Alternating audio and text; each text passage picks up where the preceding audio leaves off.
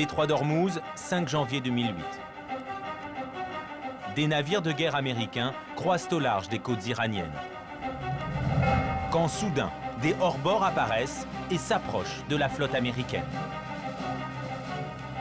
Sur le pont, les marins donnent l'alerte et lancent un message radio. Vous approchez des navires de guerre. Nous sommes dans des eaux internationales. Identifiez-vous. Quelles sont vos intentions? Dans ces bateaux, des militaires iraniens, les gardiens de la Révolution. Ces images sont filmées par la marine américaine et voilà ce que l'on entend sur la bande-son.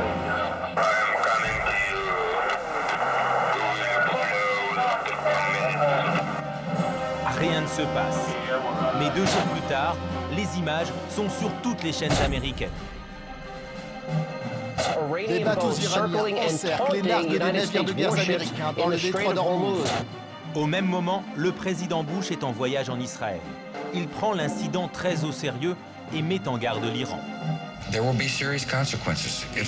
graves conséquences. Ils attaquent nos bateaux. Ne faites pas ça. On est à 2 doigts de l'affrontement.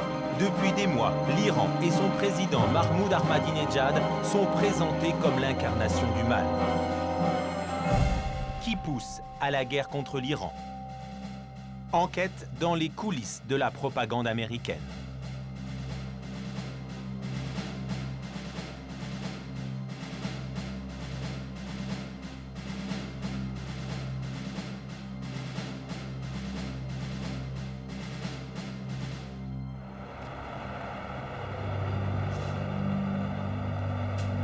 New York, décembre 2007.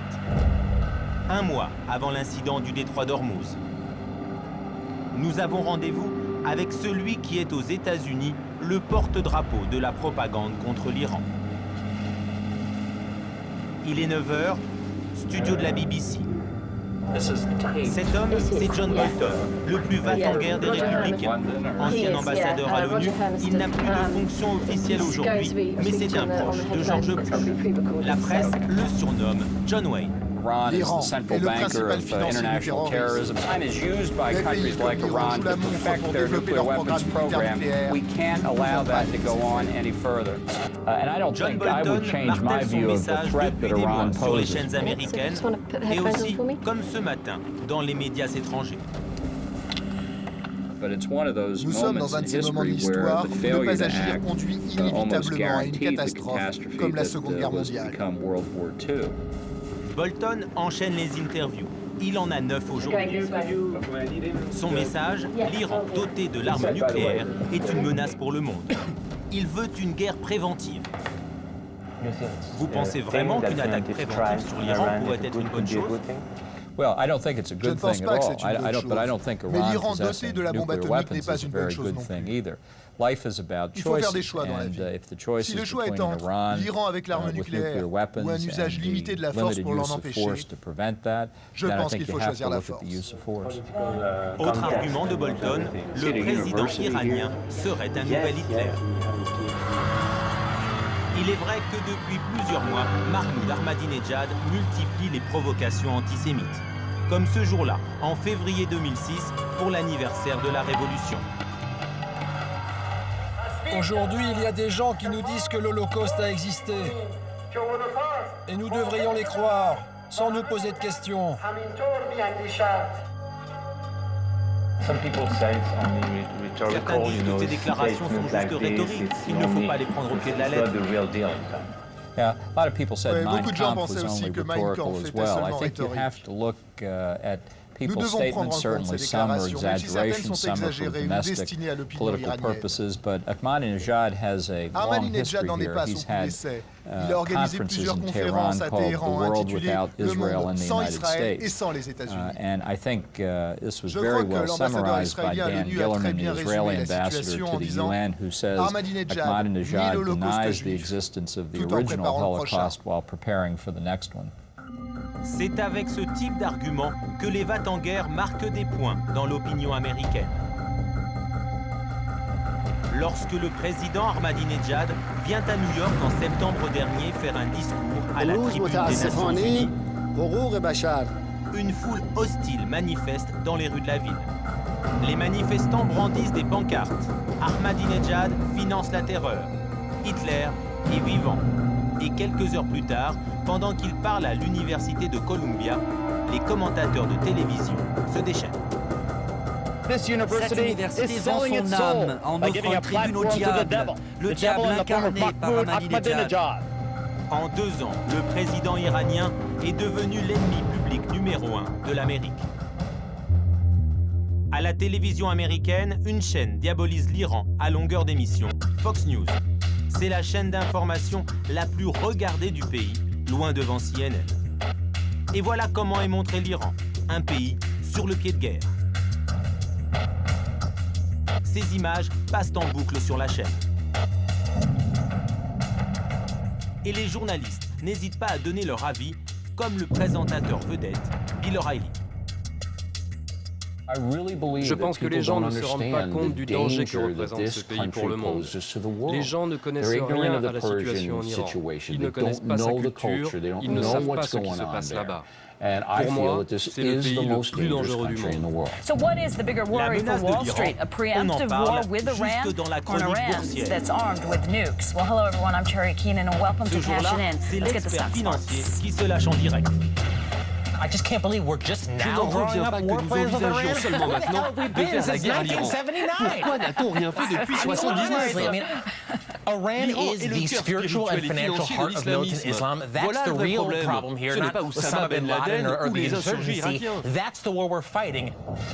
Now, a military strike against Iran is not in play at the Et dans moment, le but with the talk show rogue du nation's soir, refusal Fox to News halt its imagine nuclear déjà le pursuits, scénario de la it is guerre. certainly not off the table. But what Quelle form would a forme military pourrait strike prendre une against attaque Iran militaire take? contre Now, we l'Iran? spoke with our Nous military avons parlé advisors, avec nos experts and this is militaires, the et scenario voilà that ce they qui devrait se say passer. would take place. Mission Mission, Iran attaquer Showdown. l'Iran. The objective, destroy and disable Iran's top nuclear facilities, impact its ability to process and enrich uranium, delay its ability to manufacture and deploy nuclear weapons, all while crippling the ruling regime. The firepower, weapons from a host of conventional GPS-guided joint, direct attack munitions, and specifically designed penetrating bombs, air-launched cruise missiles like Slammer and Tomahawk cruise missiles from Navy ships and subs, 10 and 20,000-pound fuel air mixture, and penetrator bombs from Air Force heavy bombers. Nous avons voulu savoir pourquoi Fox News adopte un ton aussi guerrier. Mais les dirigeants de la chaîne ont refusé de nous ouvrir leurs portes. À la tête de Fox News, un homme, Roger Ailes, un fidèle des Républicains. Cet ancien journaliste s'est occupé des campagnes victorieuses de Richard Nixon, Ronald Reagan et George Bush père. En quelques années, il a fait d'une chaîne d'information le fer de lance des idées républicaines. Aujourd'hui, d'anciens journalistes de Fox News dénoncent ces méthodes. Nous sommes dans la banlieue de New York, à une quarantaine de kilomètres de Manhattan. Ici habite Charlie Reyna. Cet homme a travaillé 6 ans pour Fox News avant de démissionner. Il a quitté la télévision. Il écrit aujourd'hui dans un magazine sur la menuiserie. Vous continuez à regarder Fox News? Parfois, car avec la grève des scénaristes, il n'y a plus grand-chose à regarder à la télé. Charlie Reyna a 35 ans de journalisme derrière lui. Il a travaillé pour les plus grandes chaînes de radio et de télévision comme CBS et ABC. Il est embauché à Fox News en 97, quelques mois après la création de la chaîne. Il est séduit par son slogan « Fair and Balanced », une information honnête et équilibrée. Mais il découvre que la réalité est tout autre. Pour la première fois, je me suis retrouvé au cœur d'une machine de propagande. Propaganda machine. The one thing that I had considered to be a nightmare scenario, that Je ne is to pensais pas say, possible de vivre un tel cauchemar. a news Travailler pour une division, chaîne a network d'information qui news soit le operation, porte-parole d'un actually parti being a politique. mouthpiece for a political party. Charlie Reyna est le premier à avoir révélé comment la direction de la chaîne donne des consignes politiques. Cela passe par des notes envoyées chaque matin aux journalistes. Okay. Voilà comment ça se présente. Ça arrive sur l'écran d'ordinateur. Ça s'appelle une note éditoriale. Ça vous donne les infos du jour et comment on doit les traiter. Exemple, cette note du 8 novembre 2006. Les démocrates viennent de gagner les élections. Le secrétaire d'État à la Défense, Donald Rumsfeld, a dû démissionner. Fox News veut faire croire que la victoire démocrate fait plaisir aux ennemis de l'Amérique.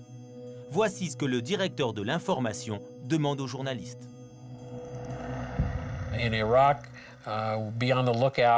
En Irak, il faut trouver des insurgés anti-américains ou des sympathisants à ces insurgés pour qu'ils nous disent qu'ils sont ravis de la victoire des démocrates. La volonté est claire, discréditer les démocrates. Et un peu plus tard dans la journée, voilà ce qu'on entend. Yeah, there have been some reports of cheering in the streets on behalf of the supporters of the insurgency in Iraq, that they're very pleased with the way things are going here and also with the resignation of Donald Rumsfeld. You tell me that anybody in Iraq was talking about the fact that Donald Rumsfeld resigned, that the people of Iraq would know who he was already, and to be bragging about it. Et pouvait se réjouir de sa démission. C'est ridicule. C'est complètement ridicule. Ces notes, consacrées hier à l'Irak, sont aujourd'hui consacrées à l'Iran. L'ennemi a changé, mais la diabolisation est toujours la même. Sur Internet, une vidéo fait un tabac. Des internautes se sont amusés à comparer des reportages sur l'Irak il y a 5 ans et des reportages actuels sur l'Iran. Même mots, mêmes idées, effet garanti. Al-Qaïda est à Bagdad. American officials say Tehran is forging ties with Al-Qaïda. There were connections and discussions between senior Iraqi leaders and senior Al-Qaïda members. Tehran is playing together with Al-Qaïda. We're fighting a forward strategy to prevent another 9/11 from happening over here. Nous ne voulons pas d'un nouveau septembre. Derrière la campagne médiatique contre l'Iran, il y a l'influence de groupes de pression, des lobbies qui poussent à la guerre.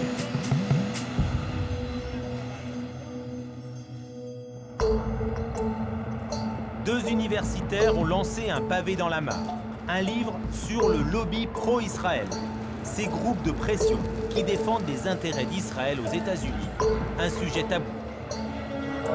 Aujourd'hui, les auteurs de ce livre-choc donnent une conférence à Princeton, l'une des universités les plus prestigieuses du pays. Les deux hommes sont des professeurs renommés. Stephen Walt enseigne les relations internationales à Harvard. John Mearsheimer est professeur de sciences politiques à l'Université de Chicago. D'emblée, nous voulons être clairs. Nous n'adhérons à aucune théorie de conspiration antisémite. Mais nous pensons que l'activité de ce lobby et son impact sur la politique étrangère américaine doit pouvoir être discutée ouvertement, comme nous discutons de n'importe quel autre groupe. Et s'il prend ses précautions, c'est que leur thèse est particulièrement provocante. Selon eux, le lobby pro-Israël est si puissant qu'il détermine la politique étrangère des États-Unis au Moyen-Orient, en particulier vis-à-vis de l'Iran. À l'intérieur des États-Unis, il y a un ensemble de groupes composant le lobby pro-Israël qui poussent très fort pour une action militaire contre l'Iran. Et notre conclusion, c'est que cela va à l'encontre des intérêts des États-Unis.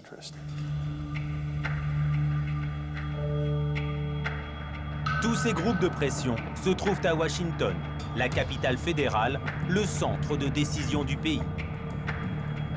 À 2 pas de la Maison-Blanche et du Congrès, une multitude de lobbies sont installés dans ces immeubles modernes. Leur objectif, influencer les députés et les sénateurs. Ce travail de lobbying n'a rien de secret, il est reconnu par la Constitution. Ici, le Comité juif américain nous ouvre ses portes. C'est l'organisation pro-juive la plus ancienne des États-Unis.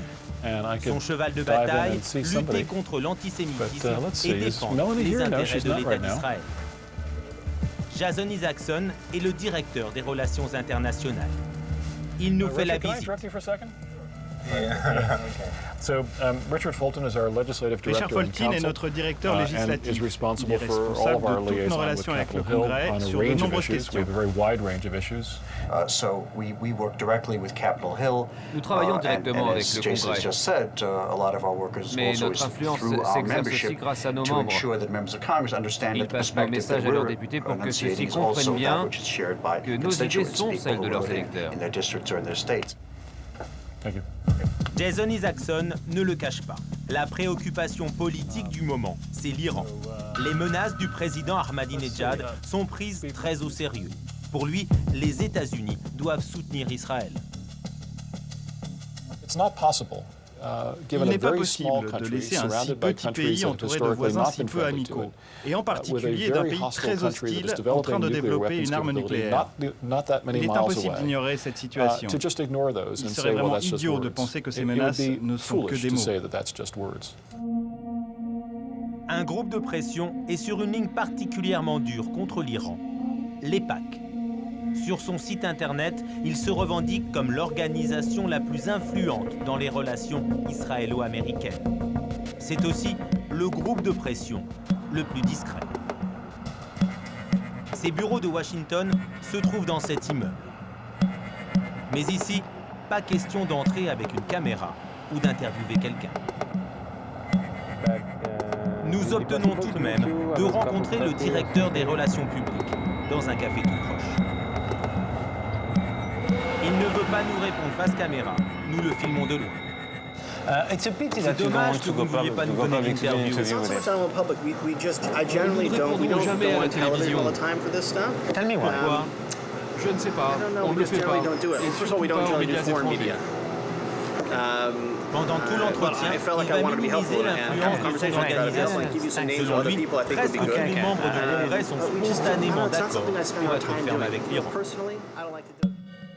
Pour les professeurs Walt et Mearsheimer, ce lobby a un moyen de pression très efficace sur tous les candidats aux élections américaines.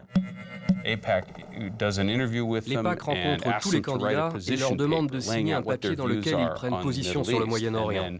Ensuite, les membres de l'EPAC donnent des indications au comité qui finance les campagnes électorales. Ils leur disent « ce candidat-là est de notre côté, cet autre par contre n'est pas sûr, donc donnez votre argent à celui-ci et pas à l'autre ». L'EPAC entretient aussi des relations étroites avec les membres du Congrès, une fois qu'ils sont élus. New York. Ce soir-là, l'EPAC organise un dîner dans le plus bel hôtel de Times Square. Malgré les apparences, ce n'est qu'une réunion locale de l'organisation. Nous obtenons de filmer l'événement, mais interdit de poser des questions.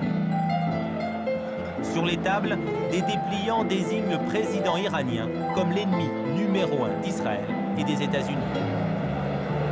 Pour un événement régional, ce dîner attire tout de même 1600 supporters, avec de nombreuses personnalités, 5 ambassadeurs étrangers, des dizaines d'élus locaux et des membres du Congrès.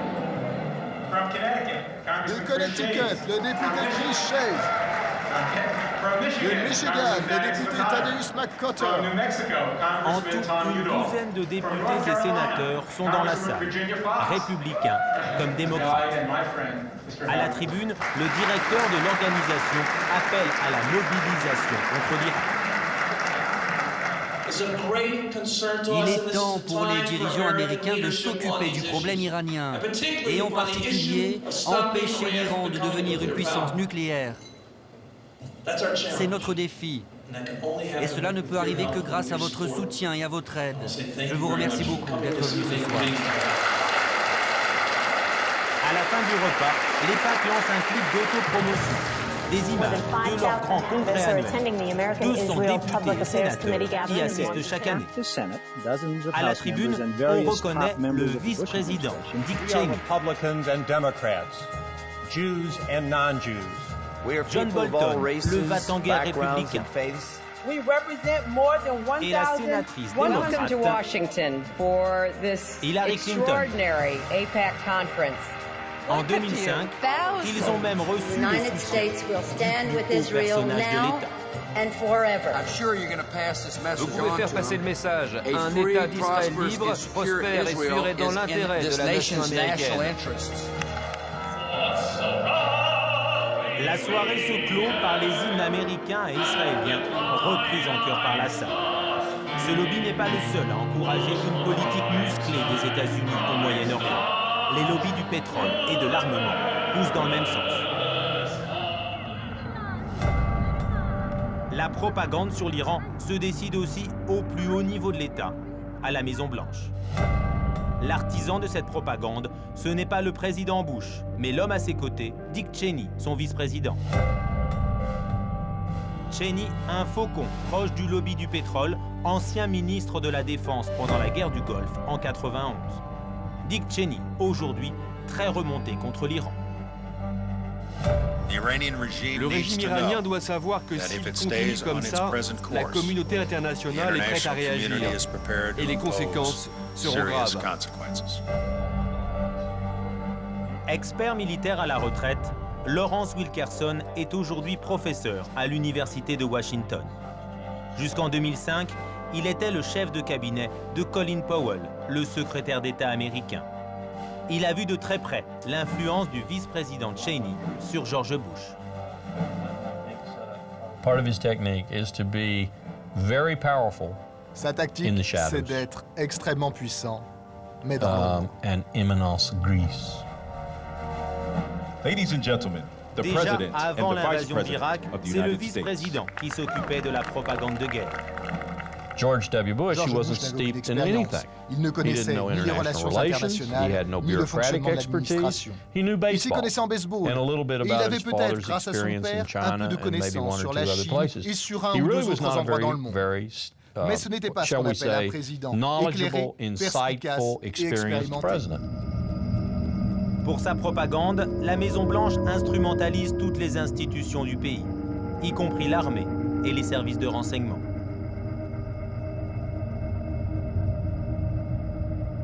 Lawrence Wilkerson, le chef de cabinet de Colin Powell, l'a vécu de l'intérieur. Mais aussi Paul Pillar, un ancien haut responsable de la CIA, et Karen Kokowski, ancien officier du Pentagone. Aujourd'hui, ils ont décidé de dénoncer ces méthodes de désinformation. Pendant la guerre en Irak, ils étaient au cœur de la machine de propagande. Nous avons mystifié le Conseil de sécurité de l'ONU, le peuple américain et la communauté internationale. Et je n'en suis pas très fier.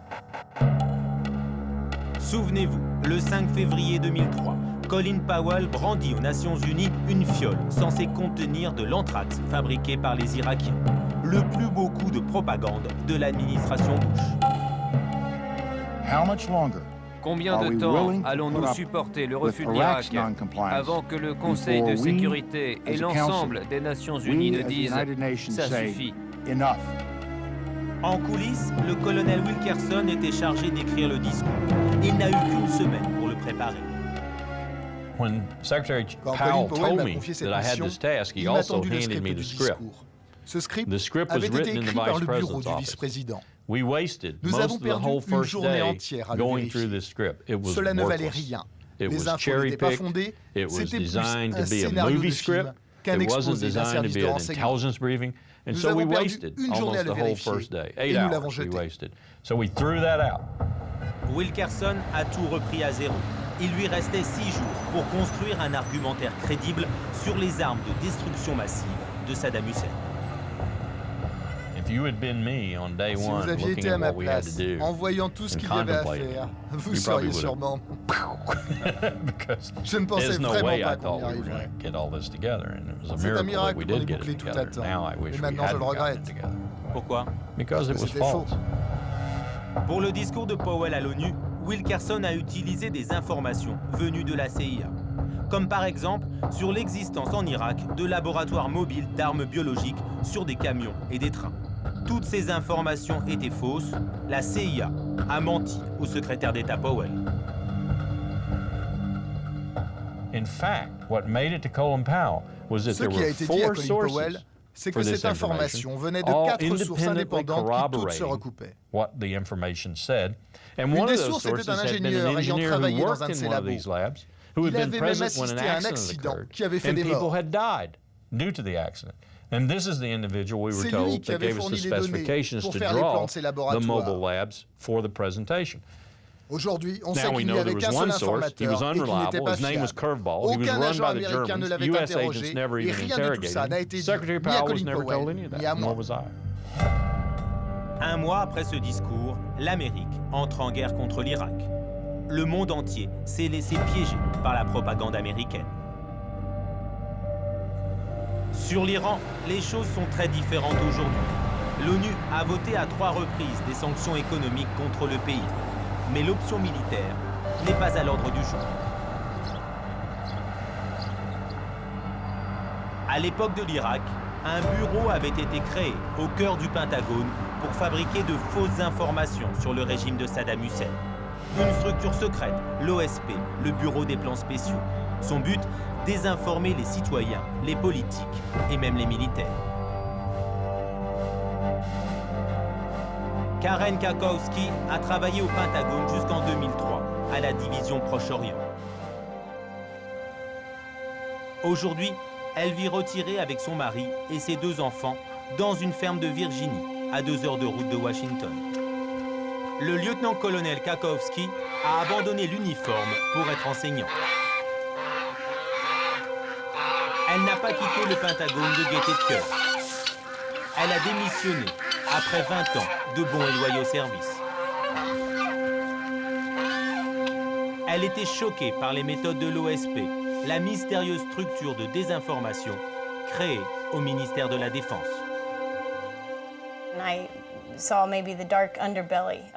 J'ai vu la face sombre de notre gouvernement. Je n'étais qu'un minuscule rouage de ce puissant gouvernement. Et ce que j'ai vu était loin de notre système de valeurs. Vérité, honneur, intégrité, confiance, tout ça a été balayé. Selon elle, l'OSP, le Bureau des plans spéciaux, comptait 20 personnes qui travaillaient uniquement sur l'Irak. Chaque jour, ils étaient chargés de rédiger des notes sur la menace représentée par le régime de Saddam Hussein. Ces notes étaient bourrées de mensonges. Il y avait une note, par exemple, qui disait « Saddam Hussein a un programme d'armes de destruction massive, un programme opérationnel ».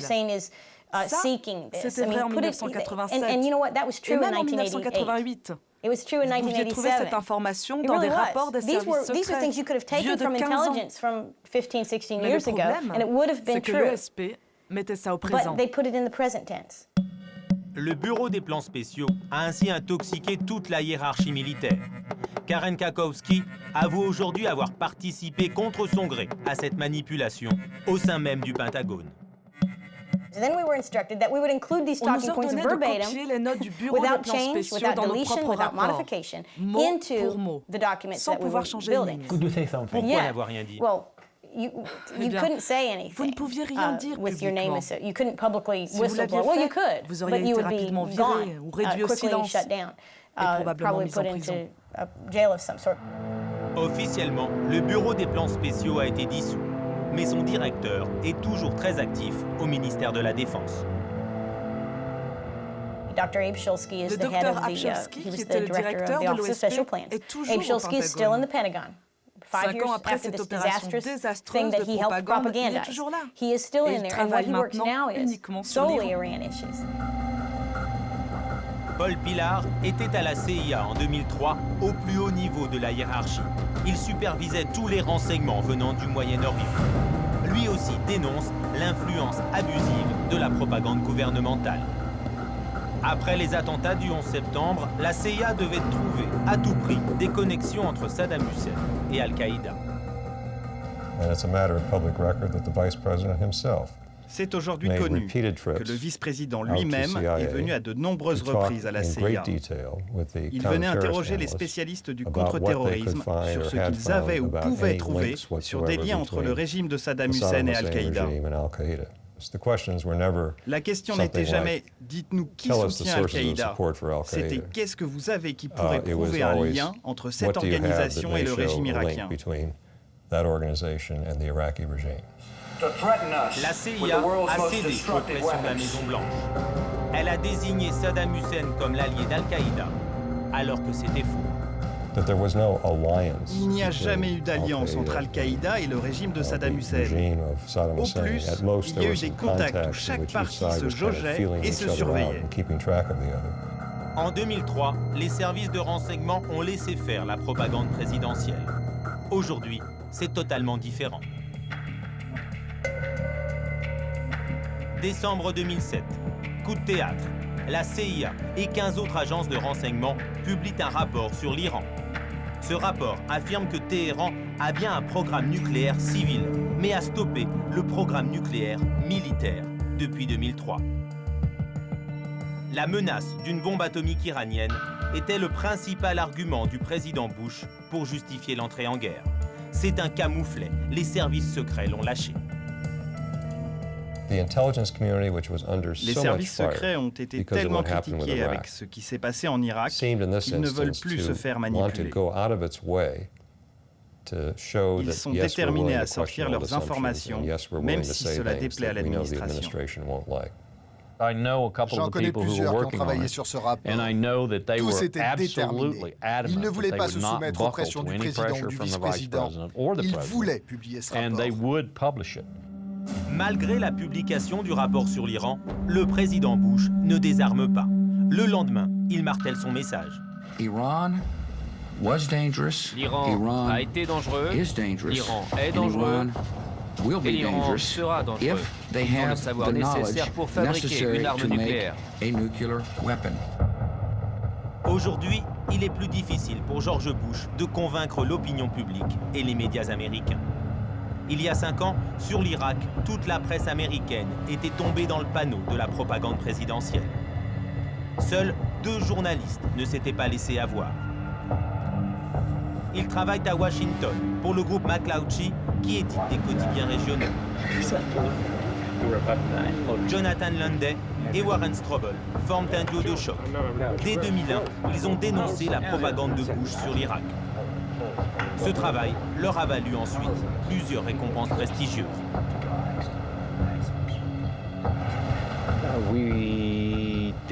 Nous avons fait notre boulot. Nous avons fait ce que chaque journaliste aurait dû faire. Pourquoi était-ce si difficile à faire? C'était l'atmosphère.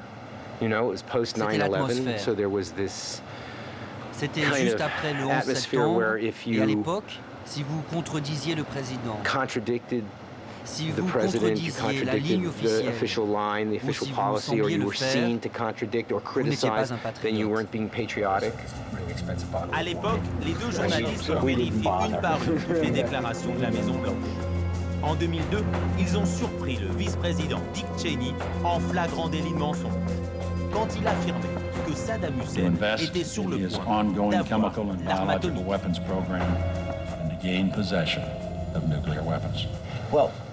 Il m'a suffi de quelques coups de fil pour m'apercevoir que cette déclaration n'était basée sur aucune information venant des services de renseignement. Sur l'Irak, aucun grand média n'avait repris leurs articles. Aujourd'hui, sur l'Iran, la plupart des journalistes sont beaucoup plus critiques. En général, ils ont retenu la leçon de l'Irak. Ils ont de nouveau des trucs pour poser des questions et ils sont beaucoup plus agressifs. All options are on the table. That's what President Bush is saying after Iranian boats apparently threatened to blow up a U.S. battleship. Par le Pentagone. On y voit des navires de guerre américains encerclés par des bateaux iraniens. Et sur la bande-son, on entend cette voix.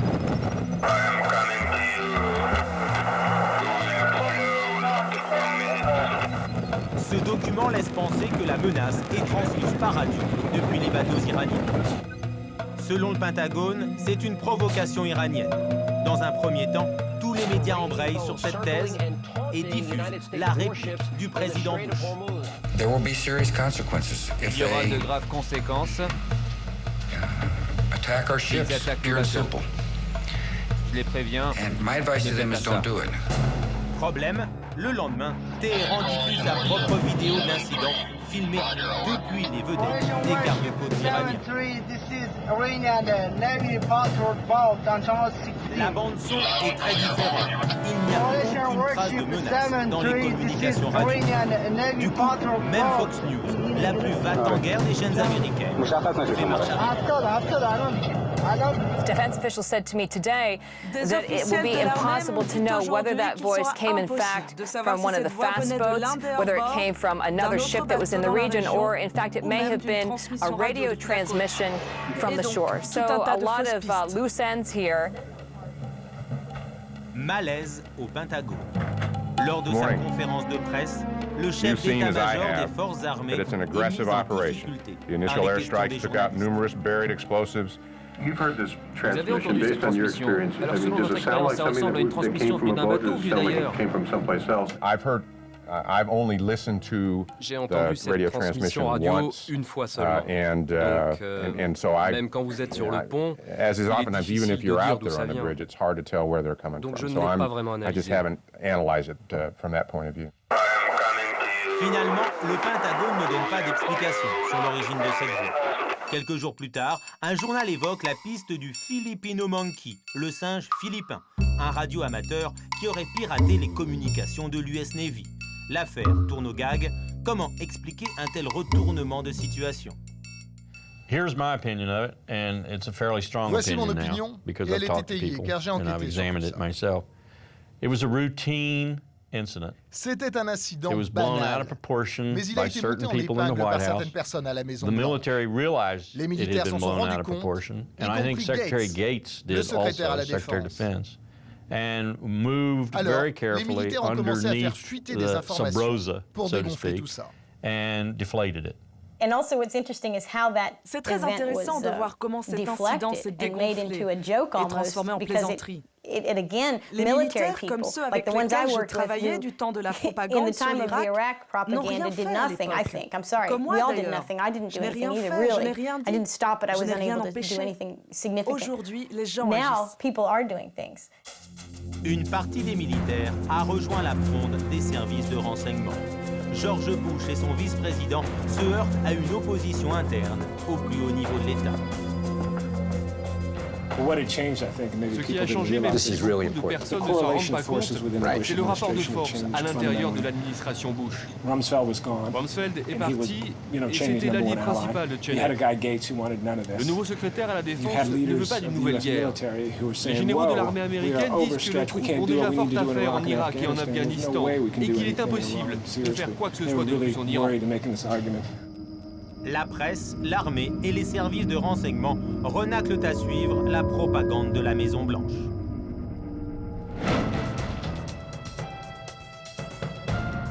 Conséquence, l'opinion publique ne marche plus. New York, en plein cœur de Manhattan, au coin d'une rue, des militants installent une table. Sur leur banderole, USA-Iran, c'est le moment de se parler. Ces militants font partie de l'association Enough Fear. La peur, ça suffit. Leur arme, 4 téléphones rouges. Nous avons essayé de trouver un moyen pour encourager les Iraniens et les Américains à faire quelque chose ensemble, en même temps dans les deux pays, pour promouvoir la paix. Cette scène aurait été inimaginable du temps de l'entrée en guerre contre l'Irak. L'association a recruté des traducteurs. Le stand attire très vite les passants. Au bout du fil, des Iraniens. Allô, vous m'entendez?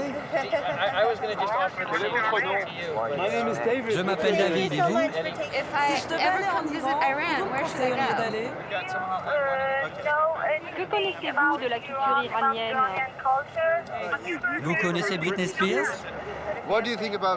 Que pensez-vous de Bush, le président américain?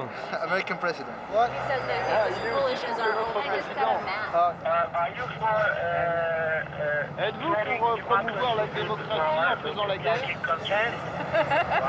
Je pense que c'est une très mauvaise idée de faire la promotion de la démocratie par la guerre. La guerre n'est pas une opération démocratique, c'est une idée stupide. Après 5 ans de guerre en Irak et 4000 soldats tués, les Américains sont traumatisés. Aujourd'hui, 80% d'entre eux sont opposés à une attaque militaire contre l'Iran.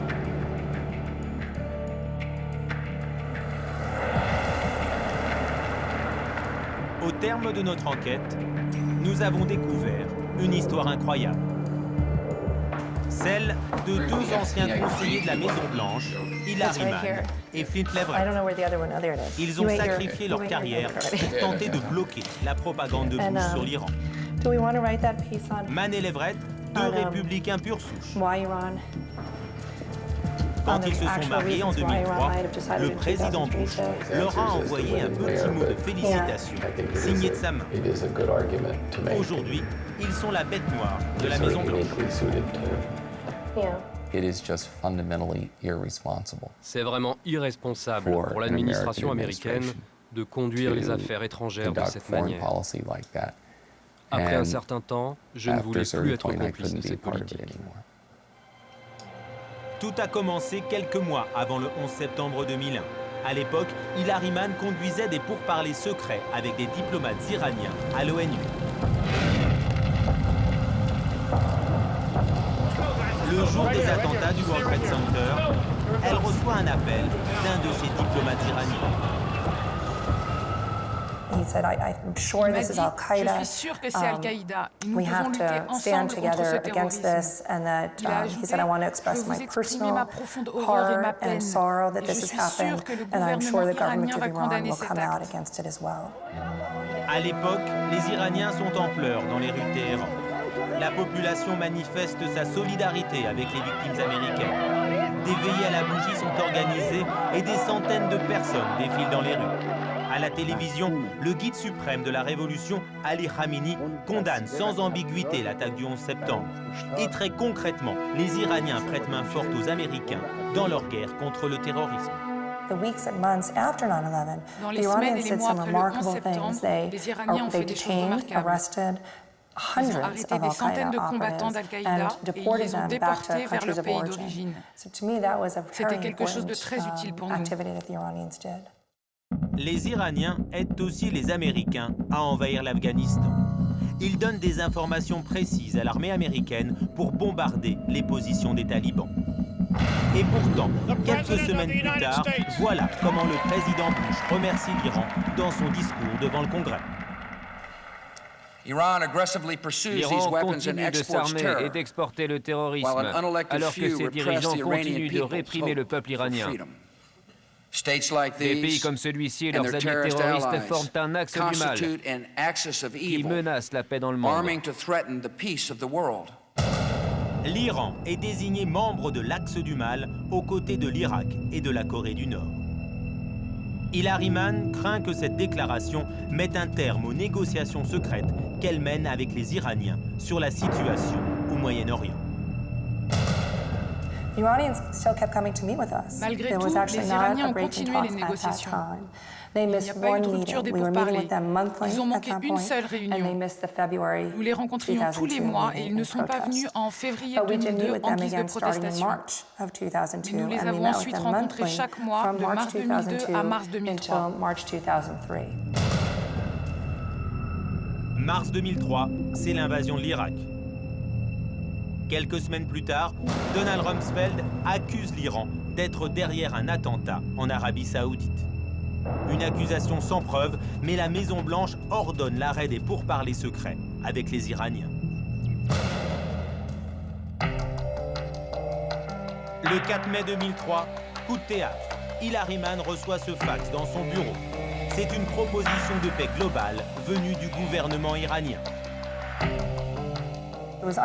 Cette offre était sans précédent par son ampleur. C'était vraiment une première entre l'Iran et les États-Unis. Dans cette roadmap, cette feuille de route, les Iraniens mettent tout sur la table. Ils invitent les États-Unis à négocier sans préalable et dans un respect mutuel. Ils proposaient de discuter de leur programme nucléaire, de trouver un moyen pour contrôler qu'il s'agissait bien d'un programme civil pour produire de l'électricité. There was a part that dealt with their support for terrorist groups. And to me, this was one of the most striking. Because in it, they acknowledged their support, both their material support, their training, their weapons, their sending of weapons to terrorist organizations. Les Iraniens sont ainsi prêts à discuter de leur aide aux groupes palestiniens, comme le Hamas. D'accord aussi pour parler d'une solution de 2 États en Palestine, ce qui reviendrait à reconnaître Israël. En échange, l'Iran demande la levée des sanctions économiques et la reconnaissance du régime des Mollahs par Washington. La jeune femme transmet immédiatement cette proposition historique à Colin Powell, le secrétaire d'État. Aucune réponse. Quelques semaines plus tard, elle rencontre Powell dans une réception. Je me suis présentée à lui en lui disant que j'avais écrit la note sur l'Iran. Il m'a regardé et m'a dit « C'est une proposition formidable, mais je n'ai pas réussi à la vendre à la Maison-Blanche. » La présidence Bush ne prend même pas la peine de répondre à la main tendue des Iraniens. Les Faucons veulent poursuivre sur leur lancée après le renversement de Saddam Hussein. Ils pensaient que l'invasion de l'Irak allait être rapide. Ils n'imaginaient pas le chaos sanglant dans lequel le pays est tombé. Selon eux, les 150 000 soldats américains en Irak seraient parfaitement positionnés pour ensuite envahir l'Iran. Hillary Mann s'est rendue à l'évidence. La présidence Bush ne veut aucun dialogue officiel avec les Iraniens. Du coup, elle préfère quitter l'administration quelques mois plus tard. Son mari, Flint Leverett, était expert sur le Moyen-Orient auprès de Condoleezza Rice, alors conseillère du président Bush. Lui aussi s'est heurté à un mur quand il a proposé une solution diplomatique avec l'Iran. Il a démissionné en mars 2003. Sur le régime de Téhéran, il dénonce le parti pris idéologique de la Maison-Blanche. The Islamic Republic of Iran À leurs yeux, la République islamique iranienne est en soi un régime illégitime, et les États-Unis ne doivent pas conclure d'accord qui pourrait légitimer ce régime. Fin 2006, le couple a voulu raconter cette occasion manquée de faire la paix avec l'Iran. Le New York Times était prêt à publier leur tribune, mais d'abord, ils devaient demander l'autorisation de leurs administrations d'origine. Le département d'État et la CIA donnent leur feu vert. Mais surprise, la Maison-Blanche demande des coupes. Ligne 9 à 10, supprimer l'expression. Ligne 18, 12 à 14, supprimer le 4e paragraphe. Ligne 24 à 25, supprimer le paragraphe. Le 9e mot. C'était de la censure pour vous? Oui. I think that's Dans une démocratie, c'est un mot fort à utiliser. Mais c'était bien de la censure. La Maison-Blanche a abusé de son pouvoir sous le prétexte de protéger des informations secrètes, alors qu'il n'y en avait pas. Le but de la Maison-Blanche était de faire taire des personnes comme nous, critiques de sa politique. Ce qu'ils voulaient, c'était nous empêcher de parler.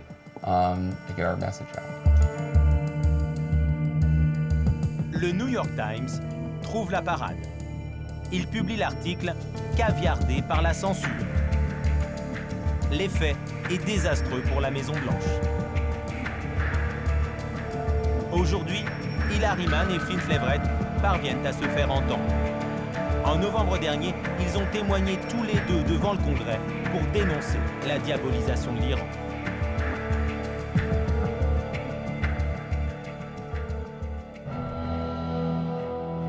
Les mois de George Bush et de Dick Cheney à la Maison-Blanche sont comptés. Il leur reste peu de temps pour convaincre l'opinion qu'il est nécessaire d'attaquer l'Iran. En janvier prochain, un nouveau président s'installera à la Maison-Blanche. Quelle sera sa politique vis-à-vis de Téhéran? Le candidat républicain John McCain est dans la ligne politique de Bush. Il n'écarte pas une opération militaire contre l'Iran. Côté démocrate, Barack Obama et Hillary Clinton privilégient les sanctions économiques. Mais ils n'excluent pas une attaque militaire si la République islamique se dote de la bombe atomique. Si vous écoutez bien ce que disent les candidats, que ce soit Obama, Clinton, McCain, tous ceux qui restent dans la course disent exactement la même chose que Bush sur l'Iran. Washington et Téhéran ont rompu leurs relations diplomatiques il y a près de 30 ans. Sans dialogue entre les deux pays, l'Iran pourrait jouer encore longtemps le rôle du meilleur ennemi de l'Amérique. Une cible parfaite pour la propagande de guerre.